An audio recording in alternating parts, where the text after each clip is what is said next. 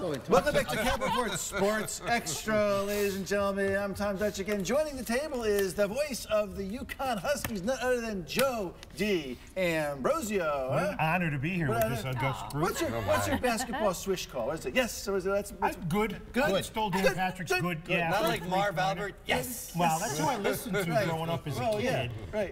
So you don't want to, he's so close. You want to distance yourself from his call. You have to be a little bit different because people have heard that for 50 years. No, Joe has great political chops. But for, Governor Malloy, when you look at his legacy going forward, hockey is going to be one of his legacy. Absolutely. Hockey East, yeah. How important is that for the hockey in the state of Connecticut, absent the Whalers, to really make University of Connecticut a power in hockey, like Quinnipiac is? Well, I don't think the NHL is ever coming back. I know we have a gubernatorial candidate who thinks that hockey's going to come back, but the times are different than they were when the Whalers were here. Obviously, the corporate support is a lot different. But I think as far as UConn's concerned, I think building the base.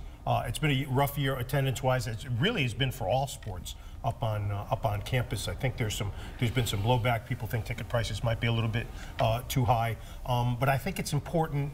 Give the downtown community something else, people that can go to at night down there. There's been some good crowds. The Providence crowd was okay. I mean, I know a lot of people want to stay home and watch me and Todd do the game on my TV 9, which is understandable.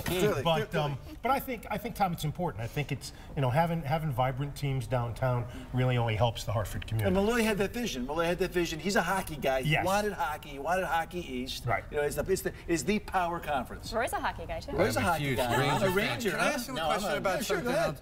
So I didn't know you were a Rangers fan, too. Huge Rangers fan. He died. Ron Duguay. What happened? How did you go from Jets to Rangers? He had Ron Duguay here. All right, okay, that makes sense. So I have a question. What was with Gino last night? Gino is miffed at his reserves.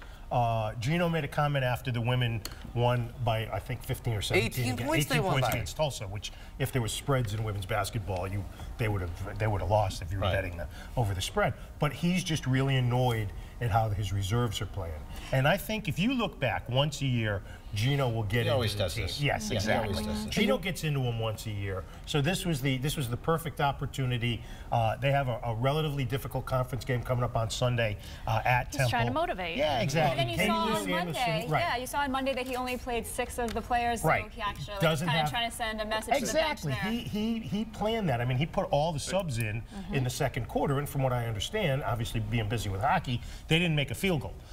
And when he says at the end of the game he'd like to give everybody their money back, I'm sure David Benedict turned white at that. Yeah, but with all due respect, aren't they subs for a reason? Well, but they all came in, Roy. They were all terrific high school players. No, they could all so start. They could all start for any for any other team in the conference. If you're a hungry athlete, you take that opportunity and you prove to him why you should come back out again. There's the coach's wife. Joe, would you like to do color sometimes? Sure. It seems like you have a coaching background. I would love it. So, Joe, let's look a little bit at the Team UConn product in terms of revenue generation.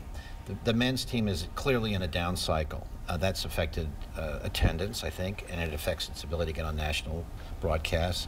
Girls' team is always good, but it's still a girls' market. We say women. Women, sorry. We say women. I know. Come into the 21st century. Join us here in 2018. Isn't that cute, the way the girls haven't lost a game? Right. It's so cute. In field hockey, they play with skirts, too. I know. I used to cover high school sports. Trust me, I've got you all beat on sports. But field hockey won the national championship. Soccer is always competitive. But these are not things that generate revenue or the national appeal. Get to the question. Where's UConn going here? I mean, where do you see the turning point? Do you think Ollie will make it? I mean, do you think they'll keep him? I think so. I think, this has been a difficult year, obviously. They brought in 8 new players. They only had 2 players back from last year. The conference, I think, hurts because people are not buying. It's 5 years now that UConn's been out of the Big East. People have to understand the Big East doesn't appear that it's coming back for UConn because it was the Catholic 7 who kicked UConn, Cincinnati, and USF out after the 2012-2013 Thanks to Dick season. Blumenthal, but that's another cheap shot. Dick Blumenthal, that might be a cheap shot, but that might not be necessarily far from the truth. There you go.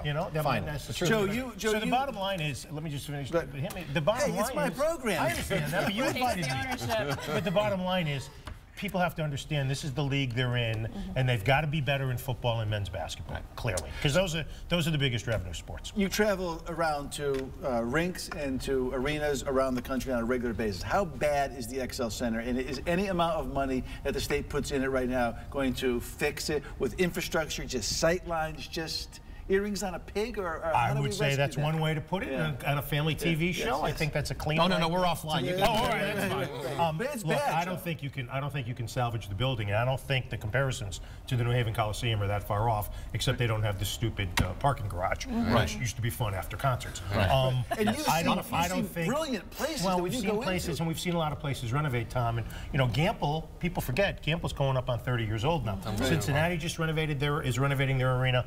Houston's renovating their arena. Other people are doing that. But as far as the XL Center is concerned, I mean, really, in our state, are people from Fairfield and Greenwich and you know, the eastern corner of the state, are they going to be willing to put in money for building in Hartford? Doesn't seem like we do that very well. We need something here to attract people, to have some kind of concerts and livelihood. Well, get we people have smaller out venues that have unfortunately been sucking the lifeblood out of the XL Center, and a lot of them have been paid for with state dollars.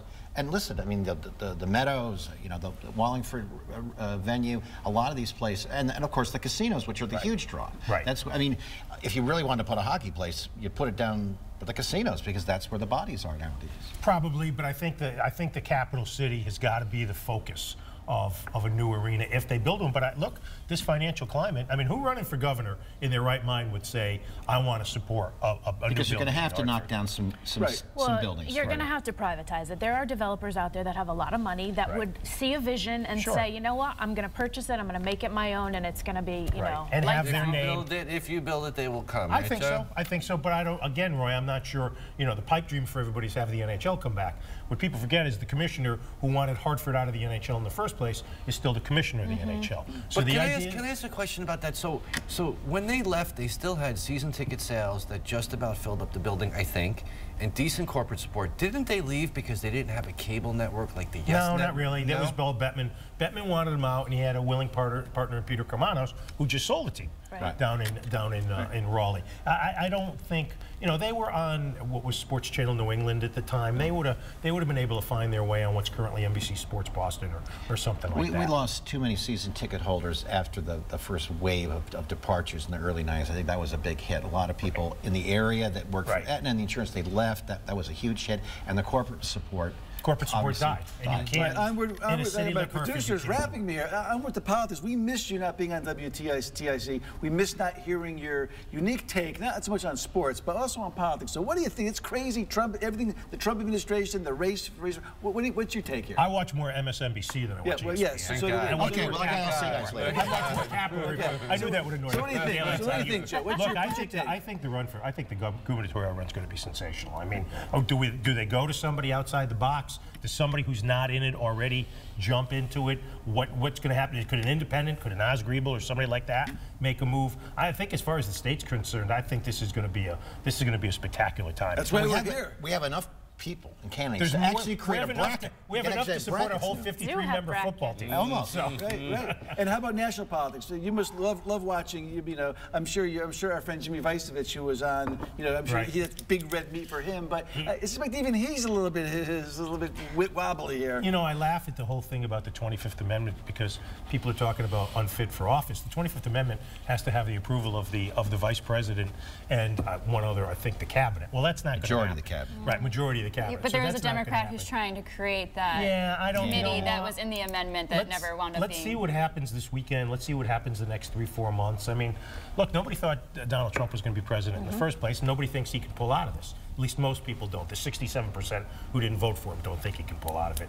I'll be interested to see how it goes. The interesting thing is, for people who don't support him, just when you think it can't get worse, it gets worse. Something happens every day to make it worse, and that's what's fascinating for people. They do run this segment today, which is Friday, and over the weekend. So big Villanova game coming up. Huh? Villanova comes in. Jay Wright's done a magnificent job. They're the nation's top-ranked team. We don't know if Terry Larrier is going to play because of the headaches. Could be a tough afternoon. But I think if UConn plays with them early, like they did with Wichita State, and the biggest crowd of the year will be there at the XL Center. I think it's going to be an interesting. All right, well, we'll be watching. We'll be watching Joe D'Ambrosio, guys. That's Cal Report After Hours. See you next week.